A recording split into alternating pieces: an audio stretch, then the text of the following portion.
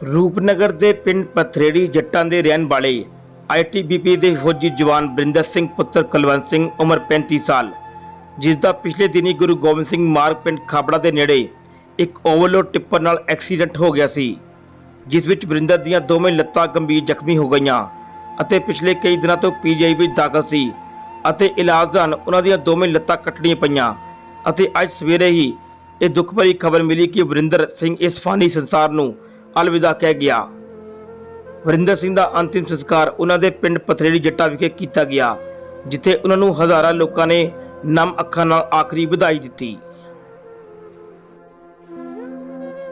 घाटा माँ बाप लिए बहुत बड़ा है, क्योंकि पिछले 2 साल पहला वरिंदर सिंह के बड़े भरा की सड़क हादसे दौरान मौत हो गई सी। अज वरिंदर भी अपने माँ बाप को इकल्ला छड्ड गया अते अपने पिछे एक बेटा अते पत्नी ਅਤੇ ਆਪਣੇ ਬੁੱਢੇ ਮਾਤਾ ਪਿਤਾ ਤੇ ਆਪਣੀਆਂ ਯਾਦਾਂ ਛੱਡ ਗਿਆ ਹੈ। ਆਈਟੀਬੀਪੀ 51 ਬਟਾਲੀਅਨ ਦੇ ਜੋ ਪਟਿਆਲਾ ਵਿੱਚ ਤੈਨਾਤ ਹੈ, ਅੱਜ company commander company 2IC Rahman Ali company commander ਸਮੇਤ ਗਾਰਡ ਅੱਜ ਆਪਣੇ ਇਸ ਫੌਜੀ ਜਵਾਨ ਨੂੰ ਆਖਰੀ ਸਲਾਮੀ ਦੇਣ ਪਹੁੰਚੇ। ਇਸ ਮੌਕੇ ਆਈਟੀਬੀ ਦੇ ਜਵਾਨਾਂ ਦੀ ਟੁਕੜੀ ਨੇ ਫੌਜੀ ਜਵਾਨ ਬਰਿੰਦਰ ਸਿੰਘ ਨੂੰ ਆਖਰੀ ਸਲਾਮੀ ਦਿੱਤੀ। ਕੰਪਨੀ ਕਮਾਂਡਰ ਰਹਿਮਾਨ ਅਲੀ ਨੇ ਕਿਹਾ ਕਿ ਉਹਨਾਂ ਨੇ ਇੱਕ ਬਹਾਦਰ ਜਵਾਨ ਖੋ ਦਿੱਤਾ ਹੈ, जो किसी भी हालात में पिछे नहीं सी हटदा। अजे थोड़ा समय पहला ही वो लेह लद्दाख में लंबा समय ड्यूटी करके परत्या सी अते मौजूदा समय वो चंडीगढ़ हाई कोर्ट भी तैनात सी अते वो अपने घर कुछ दिन लई छुट्टी कट्टण आया होया सी अते इस दौरान उस नाल यह हादसा वापर गया है। वरिंदर सिंह के अंतिम संस्कार मौके उसके बेटे ने चिखा नूं अग्नि भेंट की।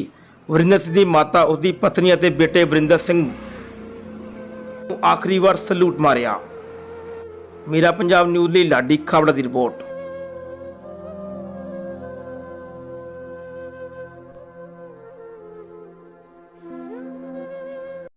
ਕਿੰਨੀ ਕੁ ਉਮਰ ਸੀ ਬੇਟੇ ਦੀ, ਕੀ ਗੱਲ ਹੋਈ? ਹੋਣੀ ਇਹਦੀ ਵੀ ਉਮਰ 30 ਕੁ ਸਾਲ ਦੀ ਹੋਣੀ, 30 ਤੇ ਵੀ ਕੱਟੇ 30 38 ਦੀ ਲਾ ਲਓ। ਕੀ ਕਰਨ ਗਏ ਸੀ ਘਰੋਂ ਤੇ ਉੱਤੇ ਆਇਆ ਡਿਊਟੀ ਤੇ ਆਇਆ, ਕਹਿੰਦਾ ਮੈਂ ਸ਼ਾਮ ਨੂੰ ਮੁੜ ਜਾਣਾ ਹੈ।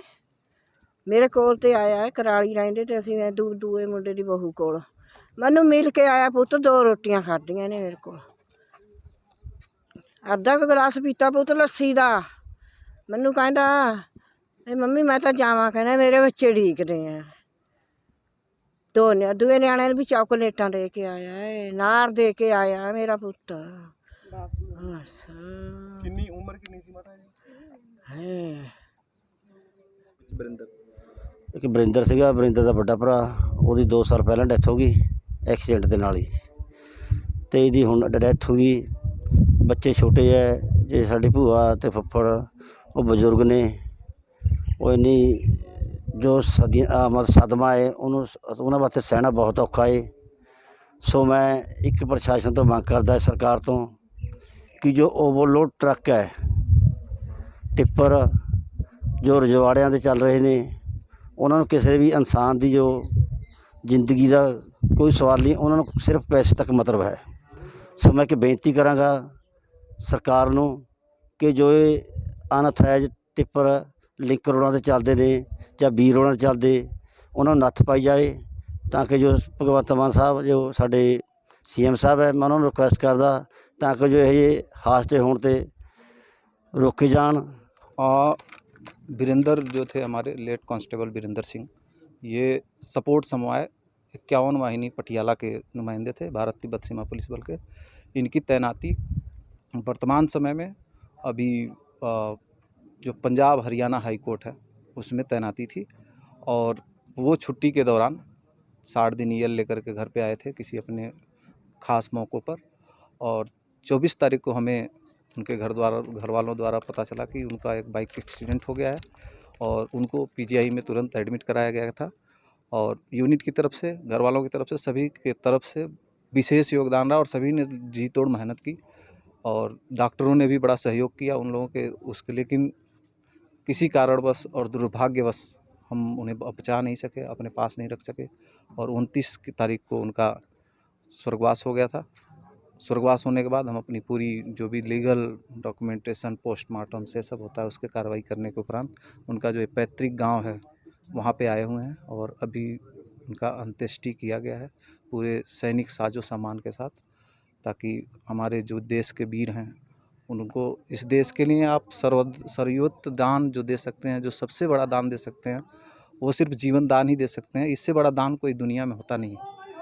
हमारे फौज के लिए जो सबसे बड़ा दान, इस देश के लिए सबसे बड़ा दान जो जीवन दान है वो कर चुके हैं और इस देश के लिए बलिदान हो चुके हैं। तो इसीलिए उनको पूरे सैनिक साजो सम्मान के साथ उनको अंतिम विदाई उनके पैतृक निवास पे आज दी जा रही है।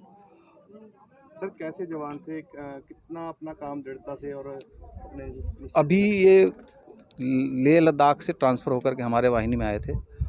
काम इनका बहुत ही उच्च और ओएम दर्जे का था, अव्वल दर्जे का डिसिप्लिन होता था। कभी भी किसी काम को उन्होंने अपने पूरे मेहनत और लगन से और एक्स्ट्रा एफर्ट करके किया है। इसीलिए आज पूरा हमारा जो कंपनी है, मैं खुद उनका कंपनी कमांडर हूँ, पूरी कंपनी उनके लिए शोकाकुल है कि ऐसे एक वीर और निर्भीक जवान का हम क्षति कर चुके हैं, जिसके लिए हम या हमारा कोई भी समाज कुछ कर नहीं सकता है। ये एक नेचुरल और नैसर्गिक कृत्य है जिसको हम रोक नहीं सकते और ना कोई रोक सकता है।